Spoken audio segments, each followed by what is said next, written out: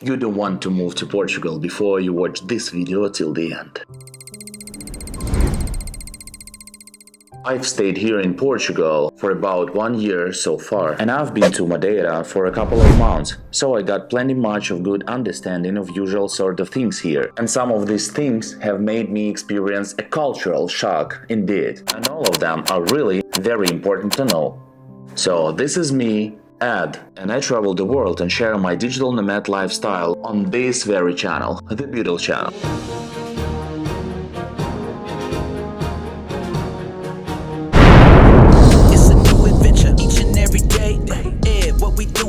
Try and create in another city. Yeah, we about to take off the digital nomad, and you know what he bout. This is the BEETLE. Hey, the BEETLE channel is the BEETLE. Yeah, the BEETLE channel. Let's go. The very first thing that I'd like to start with is rain. Here, the torrential rains can go and flood half the city, and in just 15 minutes the sun might go out. I've heard that about London, but I've never been to UK. But here in Lisbon, the weather is just crazy. Let me show you.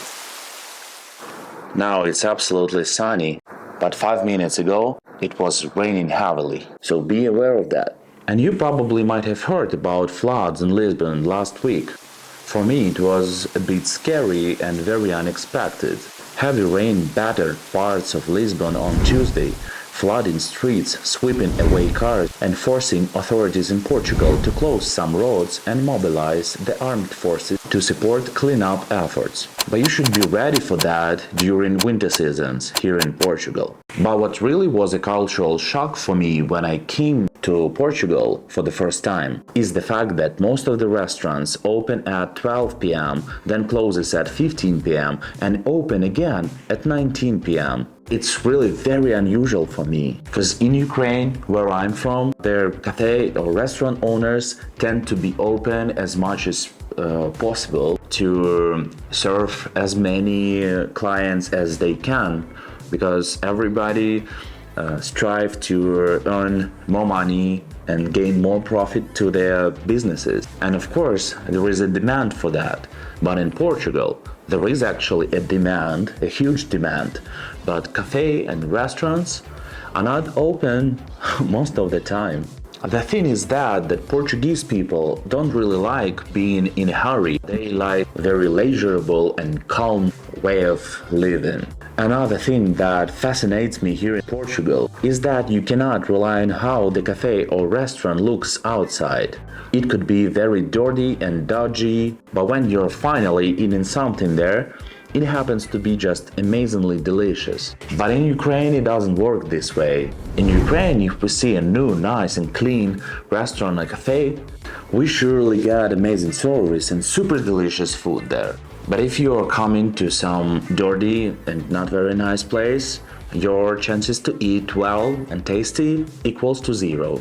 That's how in Ukraine it works. So here in Portugal, take risks and go to some places that even look dodgy or dirty. It's not a problem, because there you will probably find the very tasty and delicious food. So don't judge the book by its cover. Do not, I repeat, do not eat in the restaurants with the pictures in the menus and with the menus that are translated in 5 languages. Do not go to such places. This is the biggest tourist trap. You will find a lot of such cafes in almost every city and town of Portugal. Avoid them because they're not about good food. It's not only my experience. You'd better go to some less touristic street and have your perfect lunch there. Remember rule number 1 about dodgy places. Moreover, in the most touristic areas, all restaurants have the same list of dishes in menus. Nothing unique. It is so boring actually. It's like copied from one place, from one menu to another. Club sandwich, pasta, pizza, and that's it. They are all the same. So try to move around the different areas of a town where you stay and find those unique places where locals go to. Okay, let's talk about cars, roads, and about driving here in Portugal. If in the city people drive even more or less calmly, then in the countryside they drive very fast. When I say fast, I mean real fast. Sometimes it even looks very scary and dangerous. Probably this is due to the fact that in rural areas people do not expect that there will be many cars. So sometimes it definitely might cause the accident, unfortunately. So be careful and follow the traffic rules. And by the way, Beatles, I think it's time to subscribe to my channel, because I see that you're watching my videos, you like my episodes. It's time to subscribe. The next small thing that you just have to know about Portugal and driving in Portugal is all about roundabouts. It's just vitally important that you know about it before coming to Portugal. I won't actually describe you the exact traffic rules. You'd better go and Google it. It's very important that you know how to go in and go out of the roundabout. Another point that I like about Portugal is toll roads. They make life very easy, because they can help to get from one region of the country to another very quickly and comfortably. And by the way, it's not very expensive. And of course, you might not want to pay for riding the toll road. I prefer paying some price and going fast to any city of Portugal that I like, very comfortably and with no delays and with no stress. The next important thing is all about Portuguese language. A lot of my friends and people that I've met here in Portugal say to me that in Portugal it's not necessary to learn Portuguese in order to live here. This is true, but partly. Most of the country's population is fluent in English. Spicy margarita. Really? Warm cocktail. Oh wow. Am I cute?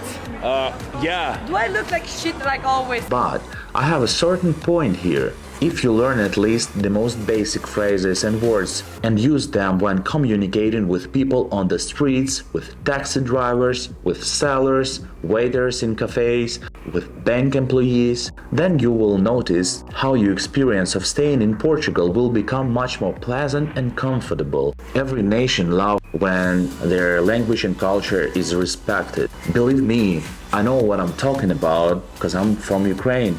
And we're defending our culture and our language and our country right now. People all over the world and digital nomads like me contributing and donating to armed forces in order to defend not only Ukrainian freedom, but the freedom of all civilization. The link below this video, and you can with just one click donate from any country in the world officially to our armed forces. The next funny thing about Portugal and about your experience in cafe and restaurants is that I've seen a couple of times that Americans are afraid to wave to the waiter to ask for a bill, and actually it's not a big problem here in Portugal. You can freely wave to the waiter.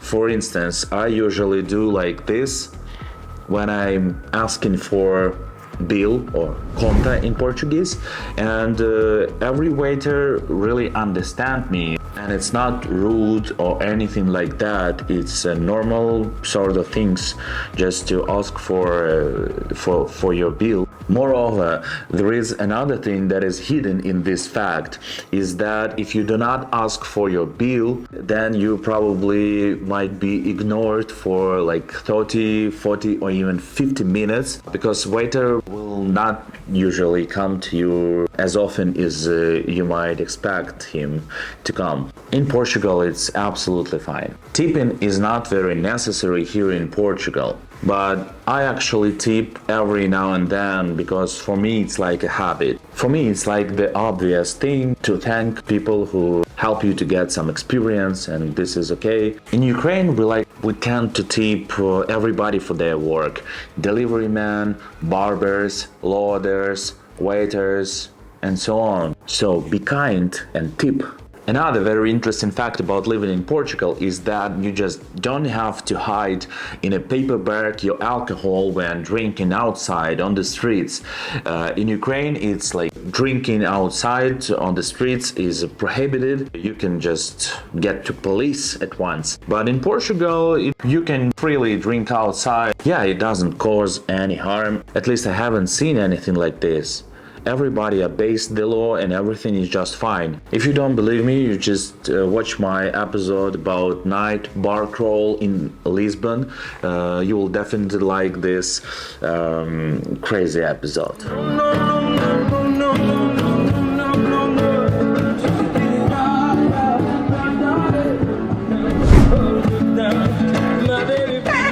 The Portuguese capital is well known across Europe as a party paradise, with clubs spread across the city. Graffiti is a part of Portuguese culture here. I like it very much because without this graffiti, this old nasty wall would be awful, but with graffiti it's just incredibly great. And what I like the most is that the authorities do not even try to spend any money on painting over the graffiti on the streets, on the buildings, and I think it's great. And let me say, it looks great. It complements to the city's atmosphere and vibe. The contrasts of old architecture and urban art is very interesting and amazing.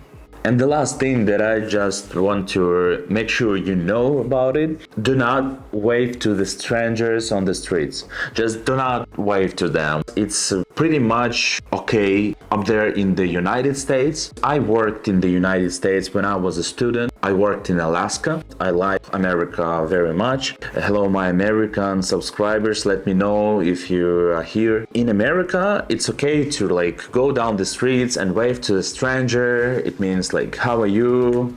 Have a good day and something like that. In Portugal, do not do it because it's pretty much weird.